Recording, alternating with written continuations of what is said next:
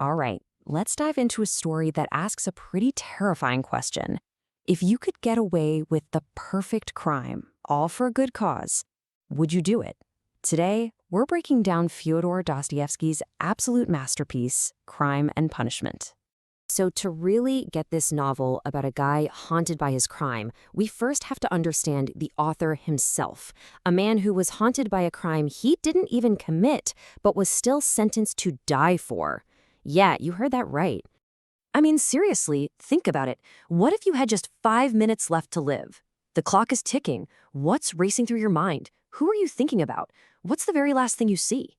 Well, for the author, Fyodor Dostoevsky, this wasn't some kind of thought experiment. Nope. This was the terrifying minute-by-minute reality of his own life. For him, the countdown had already started. Picture this, a cold winter morning. Dostoevsky is standing in a public square, and he's facing a line of soldiers. And his crime? Well, he joined a group that just discussed revolutionary ideas. And the punishment for that? Death by firing squad. And this timeline, it just shows you the sheer psychological cruelty of what happened. Dostoevsky was forced to watch the first few prisoners get ready to be executed. He believed he had only minutes left to live, and his very last sight was the sun glinting off a church dome. And then, just like in a movie, a messenger gallops in with a pardon. The whole thing, it was a sham, a staged event designed by the Tsar to instill absolute terror. And that experience, being suspended right there between life and death, that became the psychological core for everything in Crime and Punishment. Okay, so let's shift from the author's real-life trauma to his character's self-inflicted one. It's time to meet our protagonist, Raskolnikov. He's a poor, totally desperate student in St. Petersburg, and he has a very, very dangerous idea. This central conflict of the whole novel is baked right into his name. Raskolnikov comes from the Russian word raskol, which means a split or a schism. And that's exactly what he is, a man at war with himself. It's his intellect versus his soul, his grand theory versus his own humanity. So what is this big, dangerous idea of his? Well, he argues that humanity is split into two groups. First, you have the ordinary people. They have to obey the law, no questions asked. But then you have the extraordinary people, the Napoleons of the world. And they have the right to break the law, to transgress, all for some higher purpose. And the question that just eats him alive is simple, and honestly, it's terrifying. Which one am I? So he decides he's going to test this theory. And his plan? It seems almost mathematical. Step 1, he'll murder this cruel old pawnbroker, a woman he sees as just a louse. Step 2, take her money. Step 3, use that money to do amazing things for society. In his head, it's just simple arithmetic, right? One useless life traded for 1,000 good deeds. I mean, what could possibly go wrong? Well, as Dostoevsky is about to show us, life, and especially murder, is never simple arithmetic. The real story here isn't the crime itself. It's about what happens in the moments, the days, and the weeks that come after. And his grand theory? It just shatters the second it smacks into reality. Right in the middle of the crime, the pawnbroker's kind, totally innocent sister, Lizaveta, happens to walk in. And in a moment of pure, raw panic, Raskolnikov kills her with the axe too. Just like that, his clean, philosophical crime becomes a messy, brutal, double murder. And get this, he gets away clean. Nobody suspects him. He doesn't even use the money he stole. He just shoves it under a rock and leaves it there. So if the law can't touch him, where's the punishment from the title? What's that all about? And this is the absolute core of the novel. The real punishment isn't a physical prison with bars and guards.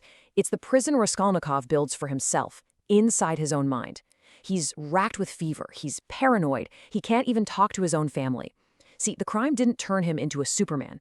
It just completely cut him off from the rest of humanity. And that profound isolation, that's his real sentence. Now, an idea this terrible doesn't just pop up out of nowhere. It grew out of the chaotic, desperate world that Raskolnikov was living in. So let's zoom out for a second and take a look at the St. Petersburg of the 1860s. At the time, St. Petersburg was a city of just insane contrasts. You had unbelievable wealth right next to the most crushing poverty, hopelessness, and just rampant alcoholism. And at the same time, all these new radical ideas were floating around. Things like utilitarianism, which basically says morality is about the greatest good for the greatest number, and nihilism, which just rejects all moral principles entirely. It was in this toxic soup of ideas and desperation that Raskolnikov's deadly theory really took root. You see, Dostoevsky was tapping into something very real and very dangerous.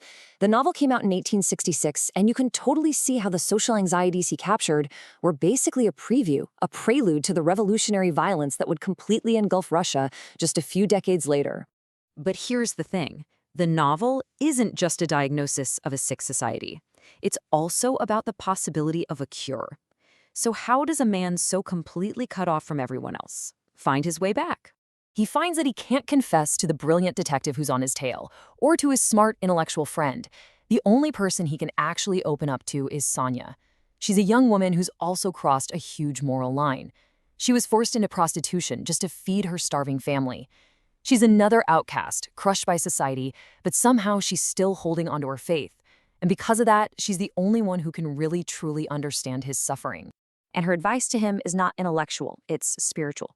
She doesn't tell him to come up with a better theory, she tells him to embrace humility and suffering, to reconnect with the earth, with humanity, through public confession. The path back isn't through the mind, but through the soul. And eventually he does it. He confesses and gets sentenced to 8 years in Siberia. And Sonia, incredibly, follows him into exile. But even there, in the labor camp, he's not really sorry, not in the way that counts. He still thinks his theory was right. He just figures he wasn't strong enough to be a Napoleon. His real transformation, that comes from something else entirely. It happens in a dream, a feverish dream where he sees the whole world infected by a plague. But it's not a biological virus. It's a plague of ideas, a virus that makes every single person believe that they alone possess the absolute truth. And the result? It isn't a world of supermen. It's a world that tears itself apart in total chaos. And in that moment, he finally gets it. His theory wasn't the path to greatness. It was the virus. And that leaves us with Dostoevsky's timeless, unsettling challenge. Raskolnikov justified murder for what he called a higher purpose. So the novel kind of turns that question back on us, and it forces us to ask ourselves what great causes or absolute certainties in our world today might tempt us to cross our own moral lines. It's a question Dostoevsky posed over 150 years ago, and you know what? It has never, ever been more relevant.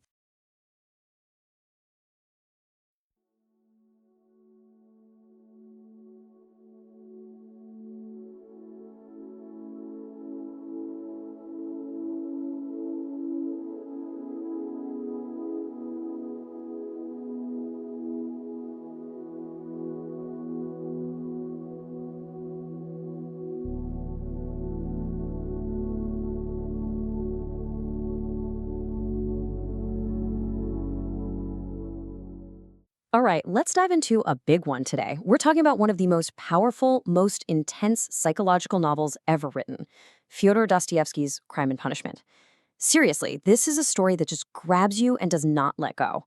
It really forces you to confront some of the deepest questions about what it means to be human. And this, right here, is the question at the very heart of the book. It's what drives our main character to the absolute edge of sanity. And, it kind of makes you wonder what you might do in his place. So, let's get into the dangerous idea that kicks this whole thing off. So, our story starts with this brilliant idea that just festers in the mind of a desperate man, and it leads him to do something truly unthinkable. So, picture this. We're on the grim, chaotic streets of 19th century St. Petersburg. The air is just thick with poverty and desperation. And it's here that a broke but very smart student decides he's going to murder an elderly pawnbroker who he thinks is basically a worthless parasite. But see, this isn't your typical robbery gone wrong. Not at all. Our protagonist, Raskolnikov, he's not really after her money. In fact, he barely even gives it a second thought. For him, the murder is a test. It's a philosophical experiment to see if he's got what it takes to be a certain kind of person. Okay, so the theory that's driving him, it's both fascinating and deeply unsettling. Raskolnikov believes humanity is basically divided into two camps. You've got your ordinary people who have to live in obedience, And then you have the extraordinary men, guys like Napoleon, who have an inner right to break the law, even to shed blood if it's all for some higher purpose. And this quote really gets to the core of his whole delusion. He's not trying to be a criminal. He's trying to prove to himself that he's a hero. He wants to find out if he's one of those chosen few, destined for greatness and just above the petty rules of the masses. It's an idea that's as arrogant as it is dangerous. But a theory like that doesn't just pop out of nowhere, right? To really understand the depths of Raskolnikov's struggle, we have to look at the guy who created him, an author whose own life was an absolute crucible of pain. You see, for Dostoevsky, these themes of crime, desperation, and the search for meaning, they weren't just academic concepts. Oh no, they were burned into his very soul by his own incredible hardships. I mean, his life was just a catalog of suffering. As a young man, he was put through a mock execution, this psychological torture where he genuinely believed he was moments from death. Then, he was sent to a Siberian labor camp for 4 years. Later in life, he was tormented by epilepsy and a gambling addiction that was so bad he was left completely broke, just writing like a madman to pay off these huge debts. This was not some author sitting in an ivory tower. This was a man who had truly lived at the very bottom. And all of that experience with profound suffering, he pours it directly into the novel. Dostoevsky shows us that the official punishment from the law is almost beside the point. The real prison is the one we build for ourselves, in our own minds. So, after the murder, Raskolnikov gets away with it. Nobody suspects him. But instead of feeling this triumph, this proof that he's an extraordinary man, he's immediately thrown into this nightmare of fever, paranoia, and just crushing guilt. He has successfully proven that he is not a Napoleon. And this is the crucial distinction. You really have to get this. Legal punishment is external, right? It's just a sentence, a number of years you have to serve. But psychological punishment, man, that's internal. It's this constant state of torment that just cuts you off from everyone you love, from humanity itself. Dostoevsky is basically arguing that this internal punishment is infinitely worse than any prison sentence could ever be. So, if his brilliant intellectual theory completely failed him and threw him into this personal hell, how does Raskolnikov ever find a way out? Well, the answer comes from the most unlikely person you could possibly imagine. The answer is Sonia. On one hand, you've got Raskolnikov, the proud intellectual whose grand theories led him to murder. And on the other hand, you have Sonia, a young woman forced into prostitution just to feed her starving family. She is at the absolute lowest rung of society, and yet she embodies pure faith, humility, and unconditional love. She's his complete opposite.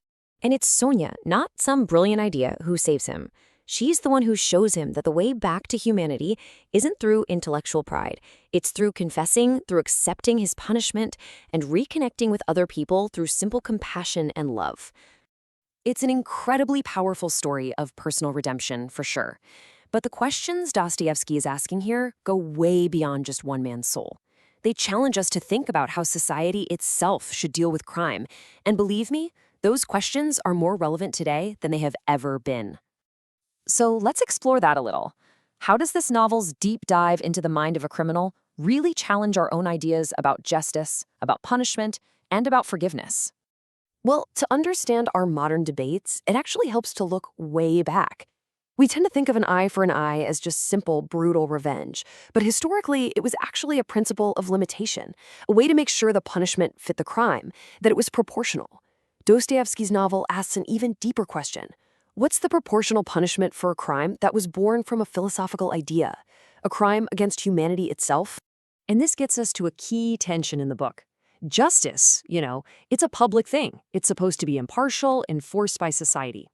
But forgiveness, that's a private, deeply personal act.